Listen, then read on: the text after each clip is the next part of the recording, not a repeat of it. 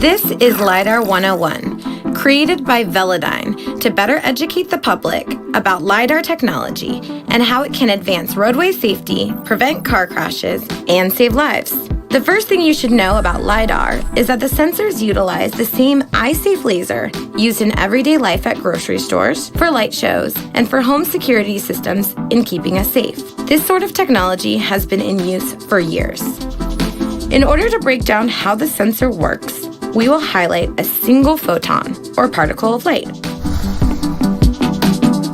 As you can see here, the single light photon is emitted from the sensor, hits an object like a tree, and bounces back to the LiDAR sensor, at which point the data from the light photon's travels is recorded. It is measuring distance and time. The amazing thing about this is that it works for non-stationary objects in real time, such as pedestrians, bicyclists, and other cars. Because LiDAR is its own light source, it can even see at night. This is an advantage over cameras, which have trouble in darkness. A good LiDAR has from 8 to 128 laser beams to measure the environment. The laser beams in the LiDAR emit billions of light photons per second at 360 degrees in order to completely see the surrounding world. It is pretty amazing that billions of data points and calculations are happening in real time. This allows the car to see and keep drivers, occupants, and all other road users safe. It is kind of like spraying paint all over the surrounding environment in order to highlight objects, make them recognizable, and show movement. Conversely, here you have a two-dimensional picture of the street via camera sensor. Cameras are basically a flat representation of the environment. Where a 2D vision system falls short, LiDAR is able to show a real-time 3D view of its surrounding environment. After all, our world is three-dimensional, not flat.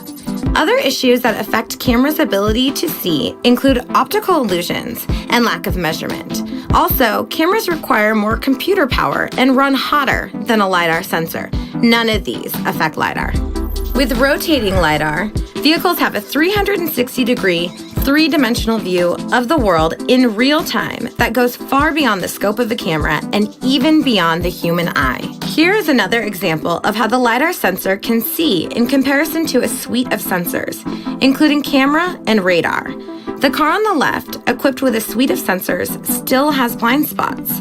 With the LiDAR on the right, issues such as blind spots or wide-angle hazards are non-existent.